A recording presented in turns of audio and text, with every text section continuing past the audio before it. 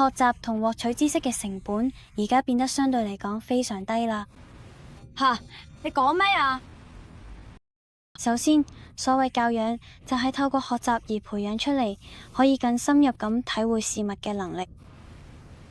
我完全唔明你講咩。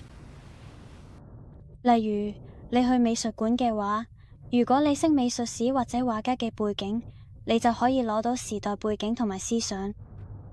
而且呢啲嘢只要喺書或者上網學，基本上都係免費嘅。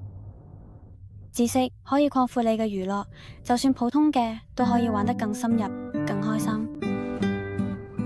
另一方面，佢教養嘅人連娛樂都會變得有限，佢話都唔明，聽音樂都只係覺得悶，佢就完咗。